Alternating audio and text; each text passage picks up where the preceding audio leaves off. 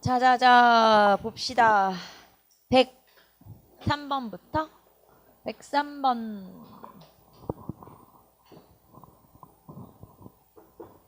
근대 태동기의 경제. 자, 다음 지도와 같은 사건이 형성되었던 당시에 볼 수 있는 모습으로 가장 적절하지 않은 것은, 거기 지도를 보시면 그 상권이 체크가 돼 있잖아요. 가운데는 종루, 그 다음에 오른쪽에는 이현, 그리고 왼쪽에는 칠패 이렇게 되어 있어요. 그래서 여기 상권은 종루, 이현, 칠패. 자, 종로는 종로니까 뭐 종로는 조선 전기부터 노쪽 상권이었으니까. 그 다음에 이현이라고 하는 건 동대문, 지금의, 칠패는 지금의 남대문을 얘기해요. 자, 그러면 이런 상권이 형성된 시기가 언제냐? 당연히 조선 후기가 되겠죠. 자, 이현과 칠패를 중심으로 난전들이 형성이 됐어요. 이현 같은 경우는 주로 푸성귀, 그러니까 주로 이제 채소 같은 걸 팔았고요. 그 다음에 칠패 같은 경우는 주로 어물, 해산물 같은 거죠. 이제 이런 것들을 주로 팔았죠. 자, 그러면 이 시기에 나타난 모습으로 적절하지 않은 것은 1번. 그릇을 팔고 건원중보를 받는 보부상. 자, 건원중보라고 하는 건 고려 성종 때 만들어진 최초의 화폐예요. 자, 우리나라 최초의 화폐가 바로 건원중보고, 이거는 재료가 철이죠. 철전이라고 하죠. 자, 고려 성종 때 만들어진 최초의 철전. 자, 그러면 1번이 고려 후기가 아니네요. 답은 1번이네. 자, 그 다음에 두 번째, 쌀의 상품화로 밭을 논으로 만드는 농부. 자, 두 번째, 이런 걸 우리가 상품작물이라고 그래요. 상품작물의 재배가 활발해진 시기가 바로 조선 후기인데, 이때 상품작물 중에 쌀도 상품작물로 재배가 되죠. 그래서 쌀의 상품화가 이루어지기도 하죠. 그렇기 때문에 밭을 논으로, 쌀을 재배하기 위해서 논으로 바꾸는 경우도 등장을 하게 되죠. 조선 후기의 일이고요. 3번, 지주의 결작을 대신 내야 한다며 한숨을 쉬는 소장농. 자, 지주의 결작을 대신 내야 된다. 그러면 결작이라고 하는 건 1결당 2두씩 더 내야 되는 거고, 균역법. 자, 균역법이라고 하는 건 군포를 두 필에서 한 필로 경감시켜준 제도고요. 이 제도는 영조 때 실시된 거죠. 균역법이라고 하는 건 군포를 두 필에서 한 필로 줄여준 제도고, 그거에 대해서 대책으로 세워온 게 바로 이거죠. 결작. 토지 1결당 쌀을 2두씩 재산 있는 사람들은 더 내야 되는데, 자, 그러면 이거는 지주가 내야 되는 거잖아요. 땅이 있는 사람이니까 요 1결당 2두인 결작을 소장농에게 전가하는 경우도 있더라. 지금 그 얘기를 하는 거죠. 소장농에게 전가하는 경우가 있더라. 자, 그래서 3번도 조선 후기에 있었던 일이고요. 4번, 객주의 물건 독점으로 제사준비 물품 준비에 한숨 쉬는 안악내. 자, 객주라든가 여각이라든가 우리 아까 잠깐 했었죠.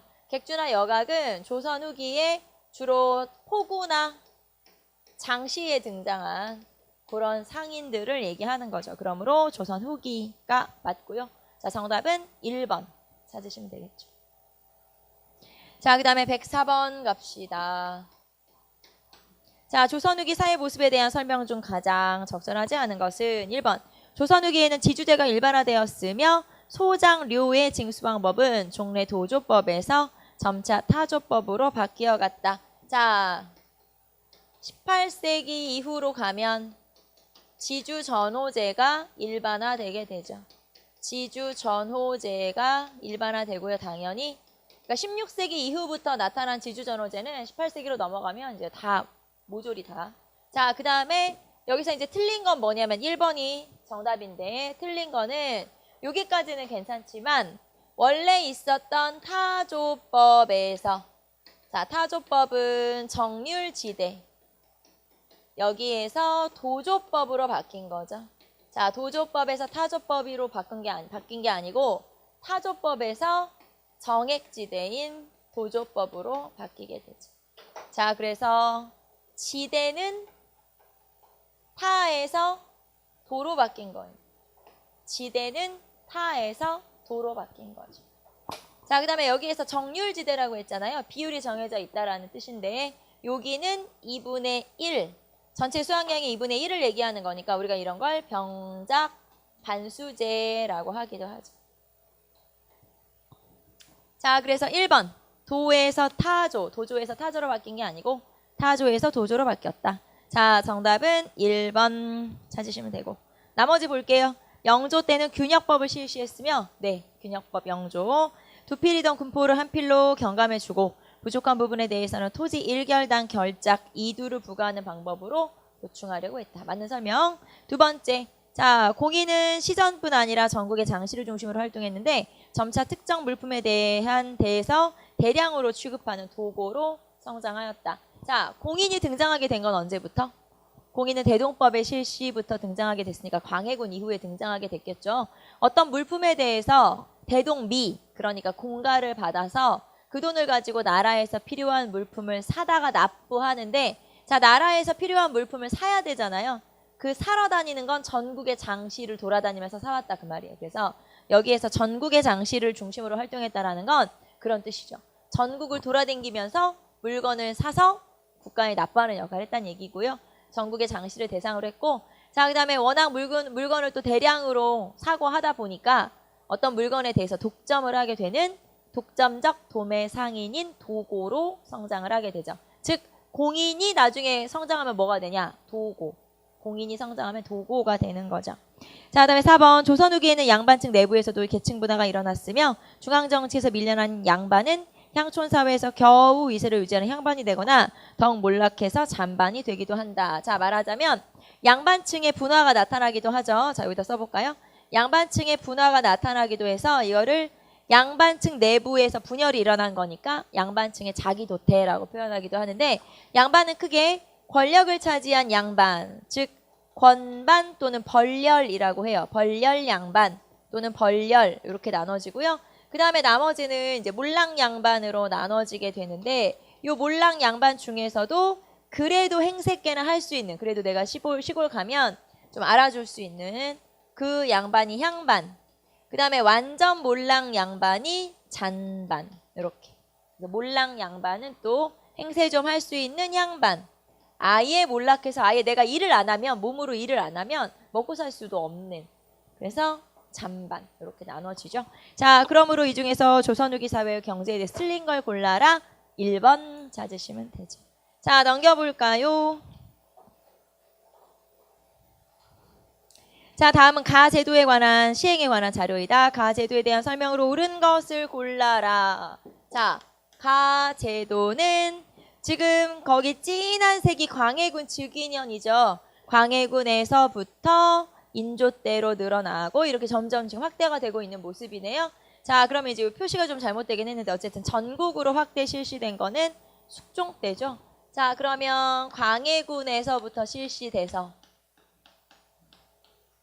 자, 광해군 때는 경기도 지방을 시범 실시했다가 나중에 숙종 때로 가면 전국으로 확대되죠.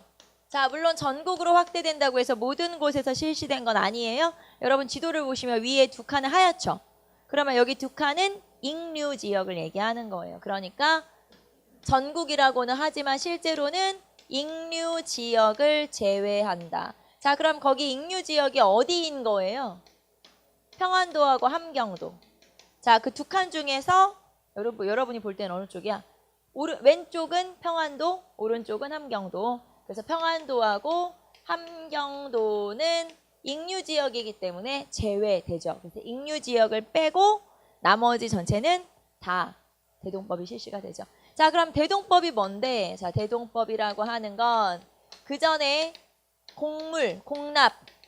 공납을 특산물로 내던 거에서 쌀이나 배, 옷감이나 그 다음에 돈으로 납부해도 된다. 자, 이런 제도를 대동법이라고 그래요. 자, 공납으로 세금을 특산물로 냈었어요. 공납이라는 건 집집마다 내는 세금을 얘기하죠. 집집마다 내야 되는 세금을 처음에는 특산물로 냈다가 나중에는 쌀이나 배나 돈으로 납부를 하도록 한다. 이런 게 대동법이라고 하고 자, 그 다음에 대동법을 실시하기 위해서는 선해청이 설치되고요. 그 다음에 이 돈을 받아서, 즉 쌀이나 이런 걸 받아서 나라에 필요한 물건을 납부할 공인이 등장을 하게 되죠. 그래서 공인이라고 하는 이제 나라에서 고용한 어용 상인이 등장을 하게 되죠. 이런 것들이 대동법에 관련된 얘기들이죠. 자, 그러면 문제 한번 풀어봅시다. 1번. 지주에게 결작을 부과했다. 자, 결작은 뭐에 대한 대책이었어요? 균역법에서 이제 세금이 줄어들었기 때문에 그것에 대한 대책이었죠. 그래서 이거는 균역법과 관련된 일이다. 결작이라고 하는 건 영조 때 실시된 균역법에 대한 대책이었고요. 자, 두 번째, 상공을 현물 대신 쌀로 수세했다. 자, 여기에서 제가 아까 특산물이라고 얘기를 했는데 좀 더 정확하게 표현하면 특산물 세금으로 내는 건 상공, 별공, 진상이 있었고요. 자, 이렇게 대동법이 실시됐을 때 특산물에서 쌀이나 배나 돈으로 납부해도 되는 건 상공이다. 상공만 가능한 거죠. 자, 말하자면 여기에서 별공과 진상은 여전히 뭘로 내는 거예요? 현물, 그러니까 특산물로 내는 거죠. 그래서 여전히 얘네들은 특산물을 현물로 내야 한다. 그래서 쌀로 내는 걸로 바뀐 건 뭐만 바뀐 거예요? 상공만 바뀐 거예요. 상공만 바뀌었죠. 자, 그러니까 정확한 표현으로는 상공을 현물 대신 쌀로 냈다. 예. 이게 대동법에 관한 설명이죠. 자, 정답은 2번 찾으시면 되겠고요. 나머지 봅시다. 3번. 자, 토질에 따라서 6등급으로 나누어 수세했다. 자, 비옥도에 따라서 6등급으로 나누는 걸 뭐라 그래요? 전분 6등법. 자, 그러면 전분 6등법은 어느 왕 때 실시된 거예요? 세종 때 실시된 공법. 세종 때 실시된 공법 중에 하나죠. 자, 그 다음에 풍흉에 관계없이 1결당 4에서 6두를 부과하였다. 자, 풍흉에 관계없이 4에서 6두를 부과했다. 이거는 영정법. 그렇죠. 영정법. 자, 원래는 풍흉에 따라 1결당 20두에서 4두까지 차등 부과했던 게 연분구등법이고 그 연분구등법을 나중에 이렇게 딱 단축시킨 거죠. 그래서 1결당 4두만 내라. 딱 고정시켜라. 그게 영정법이고요. 인조 때 실시된 법이죠. 자, 그래서 정답은 2번 찾으면 되고요. 자, 그럼 여기서 우리 하나만 더 대동법 나온 김에 하나만 더 체크해 봅시다. 자, 우리 조금 전에 상공을 쌀로 내라 이렇게 표현을 했는데 이 쌀을 얼마나 내는 거냐면 요 쌀을 1결당 12두 1결당 12두씩 내는 거고요. 자, 이렇게 쌀로 세금을 낸다라고 하는 건 어떤 의미가 있냐면 우리가 조금 전에 공납을 쌀로 내는 게 대동법이잖아요. 그러면 공납이라고 하는 건 집집마다 내는 세금이에요. 호세인 거죠. 자, 그런데 이 집집마다 내는, 즉 가호가 기준이 됐던 세금이 여기 보시면 1결당 얼마 이런 식으로 세금이 바뀌었어요. 말하자면 처음에 공납이라고 하는 건 집집마다 내는 세금이지만 바뀐 뒤로는 토지 1결당 얼마 이런 식으로 내는 걸로 바뀌었어요. 무슨 말이냐면 자, 분명히 공납인데 이게 토지세의 개념처럼 바뀐 거예요. 그래서 공납의 전세화가 이루어졌다라고 볼 수 있죠. 자, 집집마다 내던 세금이 공납인데 그 공납을 이제는 뭐를 기준으로 내는 거예요? 토지를 기준으로 내는 거예요. 기준이 바뀐 거예요. 세금은 원래 땅이 있는 사람이 내는 전세 또는 조세, 그 다음에 집집마다 내야 되는 공납, 그 다음에 16에서 60세까지 성인 남자가 이제 노동력을 제공하는, 군대를 가거나 노동력을 제공하는 역, 이렇게 세 가지로 나눠져 있었는데 그 세 가지 중에 공납이 전세로 흡수된 거나 마찬가지예요. 그래서 이렇게 공납이 전세화로 바뀌었구나. 말하자면 이제 땅이 있는 사람들은 세금을 많이 내야 되고 땅이 없는 사람들은 안 내도 되는 약간의 재산세의 개념으로 바뀐 거고요. 지금 조금 전에 제가 얘기했던 그 세금 세 가지는 점점점 전세, 토지를 기준으로 하는 세금으로 바뀌어 가고 있는 경향이다. 이렇게 볼 수 있죠. 조선 후기는 이렇게 전세화가 이루어지고 있고요. 그 다음에 돈으로 세금을 내도 된다라고 했죠. 그래서 세금, 조세가 돈으로 내도 된대. 돈으로 낸다라는 걸 급납화라고 하거든요. 그래서 돈으로 세금을 내도 된대. 자, 그래서 대동법의 의의는 공납의 전세와 조세의 급납화. 이런 게 이루어진 게 바로 대동법의 특징이죠. 자, 일단 105번의 정답은 2번이었고요. 106번. 다음 지시에 따라 실시된 제도로 옳은 것은 왕이 양역을 절반으로 줄이라고 명령했다. 호포나 결포나 모두 문제가 있다. 이제 한 피를 줄이는 것으로 온전히 돌아갈 것이니 경들은 한 피를 줄였을 때 생기는 세입 감소분을 보충할 방법을 강구하라. 자, 여기서 말하는 왕은 누굴까요? 왕은 영조를 얘기하는 거고, 자, 여기에서 양역을 절반으로 줄이라고 하셨다. 즉 군대 가는 대신에 내는 군포를 절반으로 줄이라고 하셨다. 자, 그럼 이건 영조가 실시한 균역법을 얘기하는 거고요. 자, 균역법은 군포를 2필에서 1필로 줄여준 거니까, 자, 나라로 들어오는 세금은 딱 절반 줄어든 거예요. 그럼 어떻게? 대책을 세워야 되죠. 그래서 여기에서 보충, 균역법을 보충할, 세금 보충법을 찾아와라. 자, 이거를 보충할 방법은 크게 좀 전에 하나는 나왔죠. 자, 결작을 실시해라. 결작은 1결당 2두씩 땅에 있는 사람들이 세금을 좀 더 내라. 이 말이고요. 두 번째는 선무군관포를 실시했었죠. 자, 선무군관이라고 하는 벼슬을 줄게. 이 사람들은 토호는 뭐냐면 양반은 아닌데 지방에 좀 부자들 있죠. 지방 유력자. 말하자면 좀 부자인데 양반은 아닌. 그래서 좀 놀고 먹는 애들, 요런 애들, 그런 애들 꼬신 거죠. 자, 벼슬 줄게. 선무군관. 그 대신 군포를 내라. 이런 식으로 이제 명예직을 주고 군포를 걷어간 거고요. 자, 그 다음에 어염세나 선박세 같은 이런 세금은 원래 궁방이나 둔전이었어요. 말하자면. 그러니까 뭐 관청으로 들어가든가 왕실로 들어가든가 이런 세금이었는데 이거를 균역청으로, 즉 군포를 충당하는 요 관청으로 끌어온 거예요. 이쪽으로. 그리고 그 과정에서 조금 더 타이트하게 세금을 걷었기 때문에, 자, 어염세나 선박세는 어장이나 소금 그리고 배에 부과하는 거니까 어민들의 불만이 좀 있긴 있었던 게 바로 어염세나 선박세죠. 자, 그래서 여기서 여러분은 뭘 기억하면 되냐? 균역법 내용, 어느 왕인지, 그리고 대책. 알겠죠? 이거 기억하시면 되죠. 자, 그러면 1번. 자, 지조법을 시행하고 호조로 제정을 일어나했다. 자, 지조법을 시행하고 호조로 제정을 일어나했다. 이거는 갑신정변이라고 하는 사건이 뒤에 일어나죠. 1884년에 갑신정변이 일어난 거고요. 두 번째, 토산물로 징수하던 곡물을 쌀이나 무명, 동전으로 통일했다. 자, 이 제도는 뭔가요? 대동법. 자, 세 번째, 황폐해진 농지를 개간하도록 권장하고 전국적인 양전 사업을 시행했다. 자, 양전 사업은 토지 조사 사업이에요. 그래서 토지를 조사해서 세금을 잘 매기자. 이거는 전세, 그러니까 토지세에 관한 내용이고요. 지금 여기 나오는 균역법하고 양전 사업하고 아무 상관이 없어요. 전혀 상관이 없다. 자, 4번. 일부 양반층에게 선무군관이라는 칭호를 주고 군포 한 피를 납부하도록 했다. 예, 이게 선무군관포라고 하는 거죠. 정답은 4번 찾으시면 되죠. 자, 107. 자, 조선 후기 경제 변화에 대한 설명으로 옳지 않은 것은 1번. 소라고 불리는 특수행정구역에서 수공업이 이루어졌다. 자, 소는 향부곡소의 특수행정구역 중에서, 자, 여기서는 수공업을 담당하는, 그래서 수공업을 담당해서 나라에 곡물로 바치는 그런 지역이 소고요.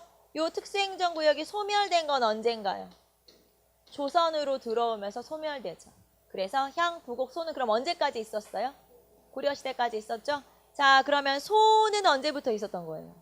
자, 향부곡은 우리가 앞에서 요 특수행정구역인, 자, 특수행정구역. 자, 이거 고려시대예요. 알죠, 여러분? 고려시대의 특수행정구역인 향부곡소는, 향부곡은 통일신라 시대부터 있었죠.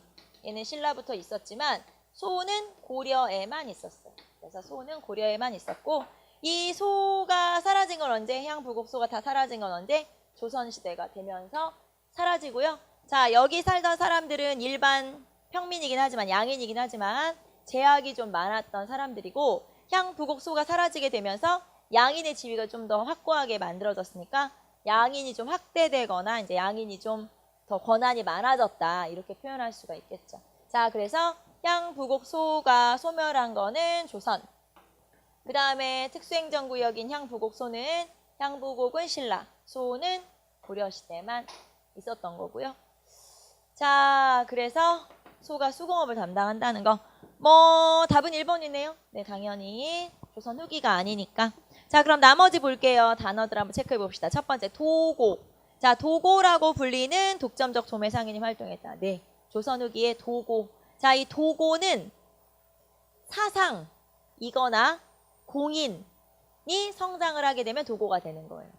자, 도고는 독점적 도매상인을 도고라고 하는데 도고는 사상이거나 그 다음에 공인이 도고로 성장을 하게 되는 거예요. 도고는 독점적 도매상인을 얘기하죠. 자, 그 다음에 3번 인삼, 담배 등의 상품 작물이 널리 재배되었다. 자, 담배 같은 경우는 언제 우리나라에 들어온 거예요? 임진왜란 이후에, 예, 조선 후기에 들어온 거니까 이때 있었고, 인삼 같은 것들도 상품 작물로 재배가 됐다는 얘기죠. 상품 작물이라고 하는 건 내가 먹기 위한 게 아니고 팔기 위한 작물이죠. 그래서 인삼, 담배는 말할 것도 없고 쌀도 상품화가 되었다. 앞에서 얘기했었죠. 그리고 조선 후기에 가면은 일단 인삼 같은 경우도 그전에는 그냥 산삼처럼 캐서 먹었다면 이제는 재배가 다 가능해요. 조선시대부터는. 그래서 이렇게 인삼도 팔기 위해서 널리. 그리고 이때 여러분이 먹고 있는 홍삼도 이때 만들었다는 거 알아요? 홍삼도 이미 이때 만들었죠. 우리만 먹은 게 아니에요. 네, 이때도 먹었어요, 홍삼을. 자, 그 다음에 4번. 금광, 은광을 몰래 개발하는 잠체가 번성했다. 자, 이 당시에는 설점수세제라고 해서 나라에 세금을 내고 개인적인 채굴이 허용이 됐는데 나중에 가다 보면 그게 아깝잖아요, 세금이. 그러니까 당연히 잠체. 그래서 몰래 캐는 잠체가 성행을 하죠. 설점수세제는 이제 효종 때쯤이니까 요 조선 후기에 이런 일들이 등장을 하게 되죠. 자, 정답은 1번 찾으시면 되고요. 자, 108번 갑시다. 조선 후기 시대 상황으로 옳지 않은 것은 1번 광작을 통해서 분홍이 될 수 있었다. 자, 이양법이 실시되면서 광작이 성행하게 되고, 자, 광작이라고 하는 건 이양법을 통해서 노동력이 절감됐어요. 절반 정도, 절반 더 이상으로 노동력이 줄어들게 되자 나 혼자 더 넓은 땅을 농사지을 수 있었는데 그걸 광작이라고 하고, 광작이 성행하게 되면 여기에서 농민층의 분화가 나타나게 돼요. 자, 말하자면 이런 광작이라든가 이런 새로운 농법을 받아들여서 부자가 되는 부농, 하지만 몰락한 임노동자 이렇게 나눠지게 되죠. 그래서 농민의 계층도 분화, 나눠지는 이런 현상이 나타나게 되죠. 자, 이양법의 실시, 제가 실시라고만 했지만 전국적 실시. 조선 후기는 이양법의 전국적 실시. 광작의 성행, 농민층의 분화 이런 식으로 나타나게 되죠. 자, 그래서 1번 광작을 통해 분홍이 될 수 있었다. 예. 자, 2번 광산 경영 방식에서 덕대제가 유행하기 시작했다. 덕대라고 하는 사람은 광산 경영 전문가. 자, 그러니까 내가 돈은 있는데 광산을 개발해서 돈 좀 벌려고 하는데 내가 광산에 대해서 모르니까 그럼 난 누구한테 맡겨야 돼요? 덕대. 그렇죠. 덕대에게 맡겨야 되죠. 그래서 덕대제가 유행하기 시작했다. 3번 금양잡록, 농서집요 등의 농서가 간행되었다. 일단 여러분이 여기에서 금양잡록만 보고도 이건 조선 전기야 이렇게 찾으면 되고요. 농서집요가 뭐야? 이거 농상집요 오타? 아니고 농서집요가 있어요, 여러분. 근데 우리가 이 문제를 풀면서 농서집요를 굳이 알아야 되나요? 몰라도 돼요. 그리고 농서집요는 계속 몰라도 돼요. 근데 여기서는 여러분한테 이미 금양잡록이라는 힌트를 줬잖아요. 그러니까 농서집요가 뭐냐? 고민하지 말고 정답은 3번 이렇게 찾으시면 되죠.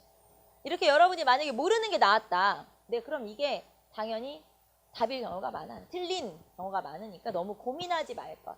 농서지변은 고민하지 말 것. 자, 그러면 금양잡록부터 봅시다. 이거 어느 왕 때 쓴 거니까? 성종 때 강희맹이 쓴 거니까 이미 여러분은 요 지문에서 3번이 무조건 정답이네 이렇게 찾아야 되죠. 농서지변은 고민하지 마세요. 이거는 중종 때 쓰여진 책이에요. 중종 때 편찬된 책이고요. 그리고 이제 이 책에서 16세기 농법을 좀 알 수 있죠. 중종 때니까. 그래서 고민하지 말 것. 자, 그다음에 4번 상품화 경제의 발달. 상품화폐 경제가 발달하여 독립수공업자가 나타났다. 자, 처음에 자, 수공업자들이 납포장, 그러니까 공장, 그 장인 등록제가 폐지가 되죠. 자, 무슨 말이냐면 처음에는 나라에 등록이 되어 있어야 해요. 그걸 공장안이라고 하고 이 공장안이 나중에 폐지가 되고 그리고 세금만 내면 누구나 물건을 만들어 팔아도 되는 납포장이 이제 확대가 되죠. 증가가 되는데 자, 이렇게 세금만 내면 누구나 수공업을 할 수 있고 시장에 나가서 팔 수 있게 됐는데도 불구하고 내가 원료비가 없는 거예요. 물건을 만들 수가 없어. 그러면 나는 누군가에게 이제 고용이 돼야 되겠네요. 그래서 돈 많은 상인에게 고용이 되죠. 자, 그럼 나 같은 사람을 뭐라고 하냐? 이런 형태를 선대제 수공업이라고 하죠. 자, 내가 선대제, 미리 대금을 받고 물건을 만들어서 납부하는. 그러면 나는 누구에게 고용된 거예요? 자, 나는 수공업자인데 수공업자가 누구에게 고용된 거죠? 상인, 그렇죠. 돈 많은 상인한테 고용이 된 거예요. 상인 또는 상인 물주에게 고용이 된 거죠. 상인에게 고용된 이런 형태의 수공업을 선대제 수공업이라고 하고 자, 이렇게 선대제 수공업이 나중에는 이제 수공업자들이 성장을 해서 18세기로 가면 독립수공업자가 등장을 하게 되죠. 즉, 이제 돈 좀 벌어서 상인한테 고용 안 돼도 되는 수공업자들. 그런 사람들을 독립수공업자라고 하고요. 이 사람들은 이제 18세기 이후에 등장을 하게 되죠. 자, 그래서 조선 후기의 상황이 아닌 것을 골라라. 금양잡록 딱 찾으시면 되죠. 정답은 3번.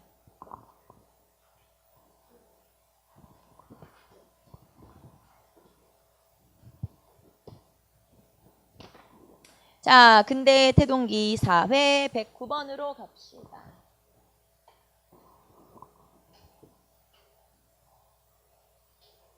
자, 109번의 다음 자료에 대한 설명으로 옳은 것은 자, 거기 보시면 맨 오른쪽에 교지라고 써 있어요. 자, 그래서 교지라고 써 있고 뭐 가선대부 뭐 어쩌고저쩌고 뭐 써 있네요. 자, 그러면 교지라고 써 있고 사실 그 위에 옆에 뭐뭐 위라고 막 써 있잖아요. 거기에 제 이름이 들어가야 되거든요. 자, 지금은 근데 뭐가 비어 있냐? 이름 쓰는 난이 비어 있네요. 자, 내가 만약에 돈을 가지고 가서 나라에 딱 내면 그 자리에서 이름을 쫙 써줘요. 그리고 나한테 임명장을 주죠. 그럼 나는 이제 양반이 된 거예요. 명예직을 받았으니까 이렇게 그 자리에서 이름 딱 써줘. 이름 비어있어. 이런 임명장을 뭐라 그래요? 공명첩. 여기 공명첩이죠. 자, 공명첩. 자, 그래서 조선 후기, 그러니까 임진왜란 시기부터 시작한 납속책이라고 하는 게 있는데 그게 그거예요. 돈을 갖다 내면은 명예직을 주고 양반이 될 수 있는데 그 중에서 이름이 비어있는 이런 것들이 있어. 이거 공명첩이라 그래. 그럼 이제 이걸 통해서 나는 신분을 상승하게 된 거죠. 자, 그래서 신분제도가 막 흔들리게 되는데 우리가 이런 걸 신분제의 동요라고 하잖아요. 자, 그러면 신분제의 동요가 나타난 결과 양반의 숫자는 증가. 그 다음에 상민과 노비의 숫자는 감소. 자, 이게 신분제 동요의 결과가 되는 거죠. 그래서 양반은 증가, 상민과 노비는 감소. 그리고 이제 이런 어떤 계기 원인 중에 하나가 공명첩. 임진왜란 즈음부터 나타나기 시작한. 자, 그러면 이 자료에 대한 설명으로 옳은 것을 모두 고르면 기억. 양반의 수의 증가를 이야기하였다. 예, 양반 증가. 기억 맞고요. 니은. 세금 징수의 근거 자료로 활용되었다. 세금을 거둘 때 근거 자료로 쓰는 건 토지대장과 호적대장이어야 되죠. 그래서 호적과 양안. 양안이 토지대장. 호적은 뭐 인구대장이겠죠, 말하자면. 그래서 호적과 양안이 세금의 자료가 되는 거죠. 자, 그다음에 디귿. 부계 중심의 가족 제도를 뒷받침했다.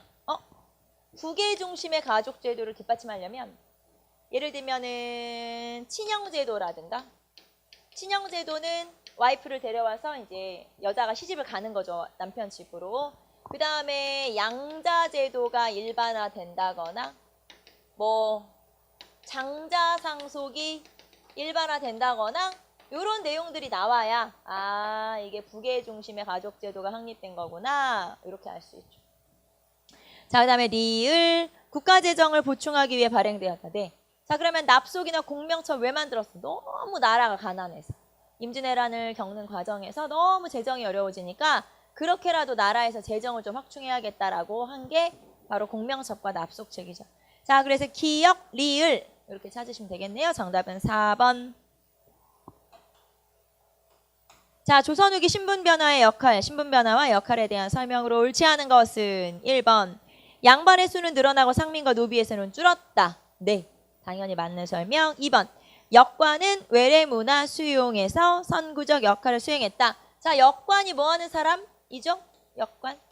역관은 그쵸. 통역관. 지금으로 하면 통역관. 그래서 잡과 시험에 합격한 통역관을 얘기하는 거고, 자, 이 사람들 같은 경우는 외국에 왔다 갔다 하는 사람이잖아요. 그러다 보니까 외래문화 수용에 기여를 하게 되고요. 외국 문화를 가지고 들어오는데 기여를 하게 되고, 두 번째 부를 축척하기도 하죠. 그러니까 청나라 왔다 갔다 하면서 사무역에 종사를 하게 돼요. 사무역에 참여를 할 수 있게 되고, 그러다 보니까 이 사람들은 돈을 좀 벌 수 있다. 그래서 부자가 될 수 있다라고 하는 거죠. 여러분이 아는 사람 중에 역관 중에 부자가 된 사람이 누가 있을까요? 장희빈의 삼촌, 장희빈을 키웠던 그 작은아버지 삼촌이 역관 출신이었어요. 그 집안이. 그래서 엄청 부자가 된. 그래서 거기 재벌집 딸이 장희빈이라고 얘기했었죠. 그래서 그렇게 딸이 된 그 집안의 부자였었는데 그 사람이 이제 역관 출신이죠. 그래서 역관은 이런 식으로 돈을 벌고 조금 깊이 있게 얘기하자면 자, 내가 만약에 통역관이에요. 그럼 나는 이제 해외 출장을 가겠죠. 쉽게 말하면 사절단을 따라서 출장을 가야 되는데 그러면 나라에서 나한테 뭘 줘야 되냐면은 출장비 줘야 되죠. 내가 이제 먹고 자고 하는 비용이 있을 거 아니에요. 하루에 갔다 올 수 있는 게 아니니까. 그런데 나라에서 나한테 그 돈을 줄 여력이 없으니까 나라에서 나한테는 무역을 할 수 있는 권한을 줘요. 그런 걸 팔포무역이라고 해요. 팔포는 뭐냐면 인삼, 팔포는 양이에요. 양. 인삼을 팔포만큼 가져가서 팔포를 가져가서 그거를 팔아가지고 야 그걸로 출장비 충당해. 이게 팔포무역이에요. 그래서 이런 팔포무역을 할 수 있는 권한을 줬어요. 그러다 보니까 이제 역관들이 사무역에 종사를 하게 되고 돈을 벌게 되고 그래서 역관이 이렇게 부를 축적할 수 있는 그런 제도가 마련돼 있었죠. 계기가 있었죠. 자, 어쨌든 2번에 맞는 설명. 3번. 서얼은 신분 상승 운동에도 불구하고 관직에 진출할 수 없었다. 일단 뭔 소리냐. 자, 봅시다. 중인. 우리가 중인을 크게 그냥 중인, 일반 그냥 중인과 서얼로 나눌 수가 있죠. 자, 물론 서얼도 중서라고 해서 중인 취급을 받긴 하지만 이 사람들이 이제 뭐 상소를 올리고 통청운동을 하고 하는 걸로 나누면 이렇게 두 개로 나눌 수 있어요. 자, 중인하고 서얼하고 둘 다 청요직 진출을 요구하는 소청운동을 벌이게 돼요. 청요직 진출을 요구하는 소청운동 또는 통청운동이라고도 하는데 즉 상소를 올려서 요청하는 거예요. 우리도 청요직을 진출할 수 있게 해달라. 청요직이라고 하는 거 말 그대로 요직, 정말 중요한 벼슬을 청요직이라고 하고요. 자, 그리고 서얼도 마찬가지예요. 똑같아. 청요직 진출을 요구하죠. 똑같이 소청운동 또는 통청운동을 벌이게 되고 자, 이렇게 똑같은 주장을 했는데 그럼 결론은 어떻게 됐냐? 중인은 실패. 말하자면 중인은 철종 때 실패를 했고요. 서얼은 성공했죠. 성공. 그래서 서얼은 자, 신해허통이라고 하는 쉽게 말하면 이제 법이 통과가 된 거죠. 그래서 철종 때 결국에는 이런 청요직 진출을 허용해주게 돼요. 허용, 성공, 여기는 실패. 자, 그리고 여기서 지금 문제가 뭐라고 써있냐면 서얼은 신분상승 운동에도 불구하고 관직에 진출할 수 없었다. 문장 자체가 틀린 거예요. 왜냐하면 서얼은 문과 응시는 금지돼 있었지만 무과나 잡과 응시는 할 수 있었어요. 그러면 서얼은 원래 관직 진출이 가능했죠, 당연히. 관직 진출 자체가 불가능한 건 아니고요. 문과만 안 되는 거고 무과나 잡과는 가능하기 때문에 관직 진출을 할 수 없었다 하면 틀린 거예요. 아예 처음부터 틀린 거고, 그 다음에 청요직 진출은 허용됐다라고 하는 게 이제 맞겠죠. 물론 실제로 청요직 진출에 허용이 된 뒤에 얼마나 많이 등용됐냐는 정확히 표현할 수는 없어요. 그러니까 많이 등용된 건 아니지만 일단 허용이 됐다는 게 중요한 거니까. 그래서 여기서는 중이는 실패, 서얼은 성공, 이렇게 기억하시면 되죠. 자, 그러면 서얼은 신분상수 운동에도 불구하고 관직 진출할 수 없었다. 관직에는 원래 진출할 수 있고요. 문과만 안 되고. 자, 그 다음에 4번 군공이나 납속을 통해서 노비의 신분이 상승되고 공노비는 해방되었다. 맞죠? 자, 노비도 신분을 상승을 하기도 하고 그러니까 노비가 줄었죠. 자, 그리고 맨 밑에 보시면 공노비가 해방되었다. 왕만 체크해 볼게요. 어느 왕 때 공노비가 해방되죠? 순조 때. 그래서 순조 초기에 자, 내수사라든가 이렇게 왕실에 소속된 공노비의 일부가 해방되죠. 6만 6천여 명 정도가 해방이 되죠. 자, 그래서 순조 때 해방됐구나. 자, 그럼 틀린 설명은 3번 찾으시면 되겠죠. 자, 11번 밑줄 친 기역, 니은에 관한 설명으로 적절하지 않은 것은. 자, 111번 봅시다. 자, 밑줄 친 기역, 니은에 관한 설명으로 적절하지 않은 것은, 자, 밑줄은 여러분 기역, 풍습, 니은, 족보겠죠? 네, 당연히. 자, 그럼 첫 번째, 사대부가 수백 년 동안 관직에서 막혀 있어도 존부를 잃지 않는 까닭은 집집마다 각기 한 조상을 떠받들고 넓은 농지를 점하여 종족이 흩어져 살지 않으므로 그 풍습이 견고하게 유지되고 근본이 뽑히지 않았기 때문이다. 여기서 이제 풍습이라고 하는 건 양반이 본인들을 유지하는 뭐 그런 내용이죠. 자, 그다음에 퇴계 이왕이 영남 예안에 역동사를 창건하고 족보를 손수 필사하여 그곳에 보관하였다. 산이 있으면 물이 있는 것이니 백파가 순류하여 끝내 한 곳에 모이는 것은 이는 종합의 뜻이다. 쉽게 말하면 족보를 편찬하고 자기들의 어떤 집안의 뭐랄까요, 결속력을 강화한 거다. 약간 우리 한 곳으로 모인다라는 거 이제 그런 뜻이겠죠. 자, 그래서 여기서는 풍습과 족보를 얘기하는 거네요. 자, 그러면 이제 이때는 17세기 이후에 어떤 양반으로서의 그런 지배 질서를 강화하게 되면서 족보를 편찬한다든가, 그 다음에 여기는 지금 양반을 유지하게 하는 풍습을 뭐 발전을 시킨다든가 이런 내용이죠. 그래서 여기에서는 이제 친족 중심의 가족 제도가 확립되고 있음을 나타내는 거예요. 쉽게 말하면 여러분 동족촌, 동성촌 알죠? 자기 집안들끼리 이렇게 모여 살고 결속을 강화하는 그런 내용이겠죠. 자, 그러면 기역, 니은에 대해서 옳지 않은 것은 1번 친형제가 일반화되었다. 자, 조선 후기에 친족 중심의 가족 제도를 확립하고 부계 중심의 가족 제도를 확립하고 결속을 강화하면서 등장한 혼인 제도가 친형 제도죠. 친형이 뭐냐? 자, 조선 전기에는 남귀 여가 혼이었어요. 조선 전기까지만 하더라도 중기까지만 하더라도 남귀 여가 혼이었죠. 자, 남귀 여가 남자가 여자 집으로 가서 산다. 즉 대리사회제 같은 약간 그런 개념이죠. 자, 그런데 이 제도가 나중에 조선후기로 가면 뭘로 바뀌냐? 친형제도로 바뀌어요. 친형제도. 자, 남자가 여자를 데리고 시댁으로 그냥 가버리는 거죠. 시댁으로 가서 사는 거죠.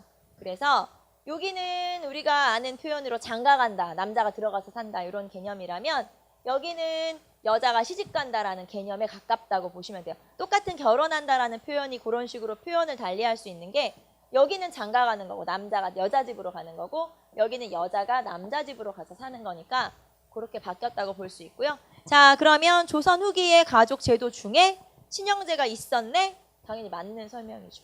두 번째, 이성 불량의 관념으로 양자 제도가 확산되었다. 자, 일단 여러분 이성 불량 빼고 양자 제도가 확산되었다라고 하면 맞아요? 맞아요. 왜냐하면 조선 후기의 양자 제도가 일반화되니까. 그러면 이성불량이라는 게 뭐냐?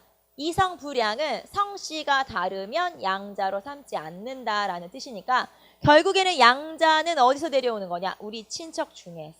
그런 뜻이에요. 우리 집안 중에서. 그게 이성불량. 성이 다르면 양자로 삼지 않아. 쉽게 말하면 왜 그런 거 있잖아요. 조카를 데려다가 아들로 삼아서 재산을 물려준다거나 이런 식으로 자기 가족, 친족 중에서 양자를 데려온다. 어쨌든 양자 제도는 일반화됐다는 얘기죠. 그래서 2번도 맞는 설명. 자, 디귿 3번 니은 동성마을의 감소를 초래했다. 자, 3번에 지금 여기 두 번째 내용이 족보죠. 그러면 족보를 편찬하게 되면 자, 족보를 편찬하게 되면 종족 내부의 결속이 강화될까요? 약화될까요? 강화되겠죠. 우리 집안이네? 이런 게 있을 거 아니에요?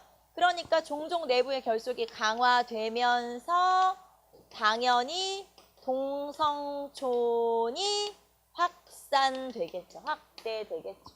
즉 동족촌이나 동성촌 같은 성씨끼리 모여 사는 이런 마을이 많아지는 거죠. 당연히. 족보랑 연결이 돼서.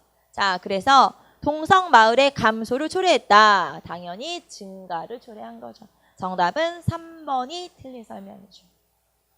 자, 그 다음에 적서차별과 가족 간의 위계를 중시하였다. 네, 당연히 조선 후기에는 적서차별, 위계 중시. 위계라는 건 이제 장자 중심 뭐 이런 거겠죠. 그래서 그런 걸 강조하게 되죠. 자, 정답은 3번. 자, 112번. 왜 저를 이렇게 열심히 쳐다보고 있어요? 112번. 네. 여러분 왜 이렇게 저를 갑자기 쳐다봤죠? 왜 그랬지? 더워.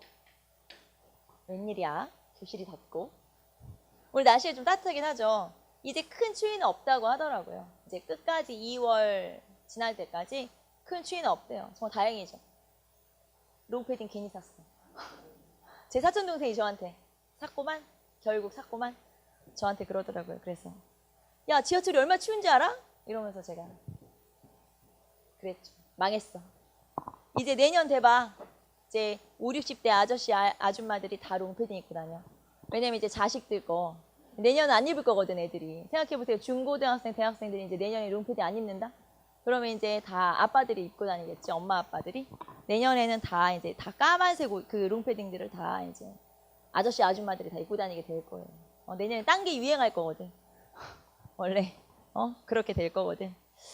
자, 봅시다. 다음 중 나라를 좀먹는 6가지 악패를 주장한 사람이 저술한 책으로 가장 옳은 것은 자, 나라를 좀먹는 6가지 악패를 뭐라고 하나요?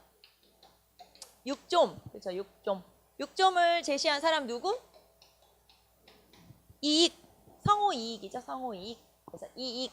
자, 그러면 여기에서는 이익이 저술한 책으로 가장 옳은 것은 간단한 문제긴 한데 자, 그러면은 육좀이 뭐예요? 육좀.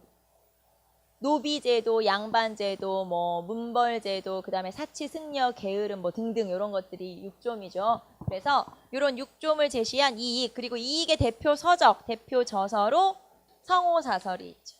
자, 이익의 호가 성호예요, 성호. 성호사설이라는 책을 쓴 거죠. 자, 그러면 1번 성호사설. 답은 1번이네. 간단하네요. 나머지 볼게요. 자, 우서를 쓴 사람이 누구예요? 우서. 유수원. 자, 유수원은 여기에서 산업공상의 직업적 전문화와 평등화를 강조하게 되죠. 중상학파고요, 당연히. 자, 그 다음에 지봉유설. 자, 지봉유설을 쓴 사람은 누구예요? 이수광의 지봉유설. 자, 이수광 같은 경우는 실학의 선구자. 그래서 이 지봉유설은 백과사전적 저서이면서 여기에서는 처음 실학을 이제 학문화, 이론화한 그런 책이 바로 이수광의 지봉유설이고요. 이 책에서는 처음으로 천주실의를 천주교 책인 천주실의를 소개하기도 했죠.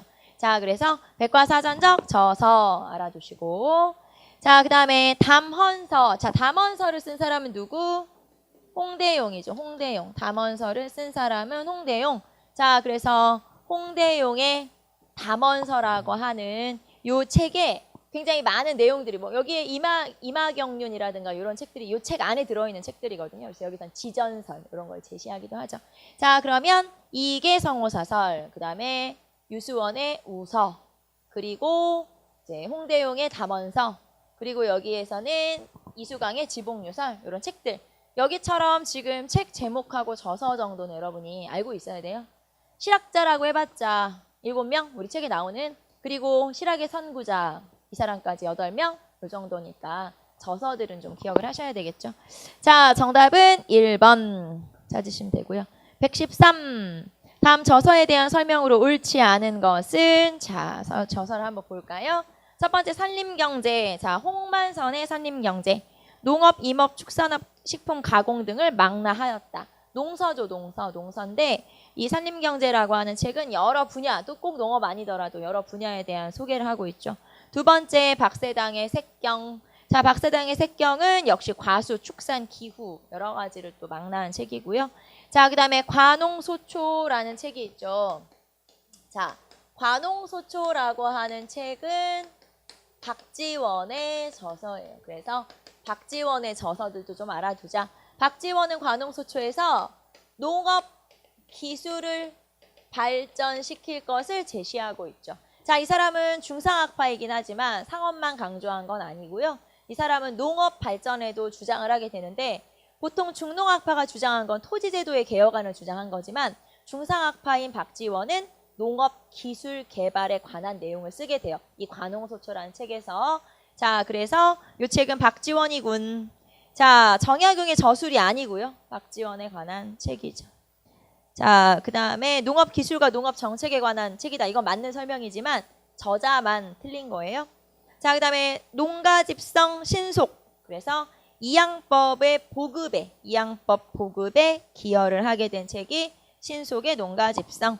자, 그래서 이 중에서 틀린 설명을 골라라. 3번 찾으시면 되죠.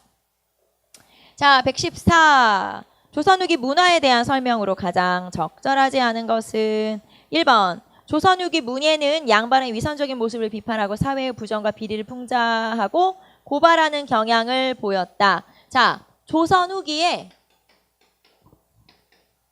한문학. 조선 후기 한문학. 자, 조선 후기 한문학 중에 가장 대표적인 저자가 박지원이죠. 자, 이 박지원 같은 경우는 여러 한문 소설을 통해서 양반의 비생산성을 비판하게 되는데, 자, 박지원의 양반전, 그 다음에 허생전, 그 다음에 뭐 민농전, 호질 이런 책들이 있고요. 이런 책들에서 양반의 비생산성, 일 안 하고 놀고 하는 그런 위선 이런 것들을 비판, 풍자하게 되죠. 양반의 비생산성을 비판, 풍자. 그래서 조선 후기 한문학의 가장 대표적인 작품을 쓴 사람이 박지원이나 뭐 정약용이나 이런 사람들이 있어요. 자, 두 번째, 이익은 청나라 다녀온 후에 열하일기를 저술하여 청해문물을 소개하고 상공업의 진흥을 강조하면서 수레와 선박의 이용 및 화폐 유통의 필요성을 주장하였다. 자, 여기서는 딱 저자만 딱 바꾸면 되네요. 자, 이익이 아니고 누구로 바꾸면 될까요?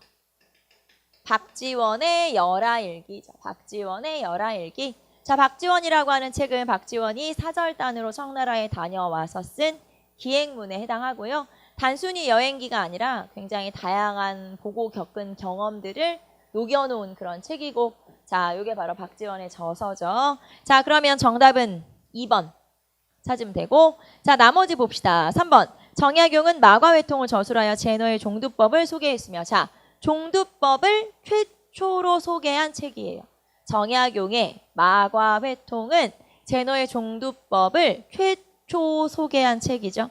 자, 그 다음에 백제의 도읍지가 서울이며 발해의 중심지가 백두산 동쪽임을 고증한 아방강역고를 저술하였다. 아방강역고 같은 책을 역사지리지라고 그래요. 그래서 요 역사지리지인 아방강역고의 내용이 이런 거예요. 자, 그 다음에 4번. 조선 후기에는 고려만국전도 같은 세계지도가 중국을 통해서 전해짐으로써 지리학에서도 보다 과학적인 지식을 갖게 되었다.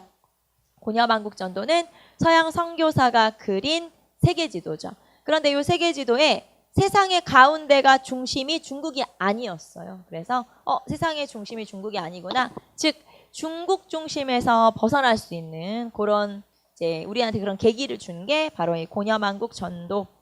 자, 정답은 2번 찾으시면 되겠죠. 자, 115번까지 봅시다. 다음 그림이 그려진 시기의 모습으로 옳지 않은 것은, 자, 첫 번째 그림은 뭔가요? 요거는 신윤복의 그림이죠. 제일 유명한 그림 아니에요, 여러분? 단오풍정이라는 그림이죠. 사실 이 그림이 굉장히 에로틱한 그림이에요. 그런 게 있어. 애들은 몰라도 돼. 자, 그래서 첫 번째 단어 풍정. 뭐 여러분 다 아는 것처럼 막 그렇게 쳐다본다? 이것들이. 자, 그 다음에 요 지금 두 번째 그림은 김홍도의 논가리라고 하는 그림이죠. 사실 여러분 두 번째 그림 이름 몰라도, 그쵸? 신윤복 알아도 그냥 18세기구나, 18세기 전반기구나 이렇게 풀면 되죠. 18세기 전반기에. 자, 그러면 이 시기에 그려진 그림으로 옳지 않은 것은, 모습으로 옳지 않은 것은 1번 경복궁 경회루에서 사신을 접대하는 관리. 자, 경복궁 경회루. 경복궁은 누가 지은 거예요? 누가? 흥선대원군이. 언제? 19세기에 지은 거죠. 18세기의 가장 대표적인 건축물로는 수원화성이에요. 수원화성. 그 다음에 뭐 부안계암사 뭐 이런 게 있죠. 안성 성남사 이런 것들이 있고요. 자, 그다음 2번 시사를 결성하고 문학 활동을 하는 중인. 시사. 자, 시사라고 하는 게 이제 중인과 관련된 거고, 이렇게 시 모임을 만들어서 본인들끼리 활동하는데, 이렇게 중인의 문학을 뭐라고 하냐면 위학문학이라고 그래요. 그래서 위학문학, 시사, 이거 중인이구나. 이렇게 체크하시면 되고요. 자, 그다음에 호랑이를 소재로 민화를 그리는 화가. 민화는 조선 후기에 전반적으로 유행한 서민문화인 거죠. 그래서 3번도 맞고요. 4번 법주사 팔상전 앞을 지나고 있는 승려. 자, 법주사 팔상전 앞을 지나고 있는 승려를 볼 수 있냐? 볼 수 있죠. 법주사 팔상전은 17세기에 지어진 대표적인 건축물이니까. 자, 법주사 팔상전은 현존 목조 건물 중에 유일한 목조 5층 건물이에요. 현존 유일의 목조 5층 건물. 현존 유일의 목조 5층 건물. 자, 이건 5층 건물인데요. 아마도 이 법주사 팔상전 같은 건물을 목탑으로 생각하시면 돼요. 그래서 황룡사 9층 탑 같은 거예요, 말하자면. 그런데 이제 이게 이제 5층짜리 건물이고, 지금 남아있는 것 중에 제일 높은 거죠. 이런 5층짜리 건물이나 이런 이제 나무로 만든 것 중에 좀 높은 것들이죠. 탑 같은 거, 이런 거는 가운데는 통층인 거 알죠, 여러분? 가운데는 뻥 뚫려 있고, 이렇게 계단을 통해서 끝까지 올라갈 수는 있어요. 그래서 이런 건 이제 통층으로 되어 있는 건물이죠. 자, 그래서 이 중에서 옳지 않은 것은 정답은 1번 찾으시면 되겠죠. 자, 우리는 잠깐 쉬었다가 나머지 풉시다. 오늘 여러분하고 135번까지 풀어야 돼가지고 지금 조금 빨리 풀고 있어요. 그래도 한 20문제 남았어요. 자, 잠깐 쉬었다가 합시다.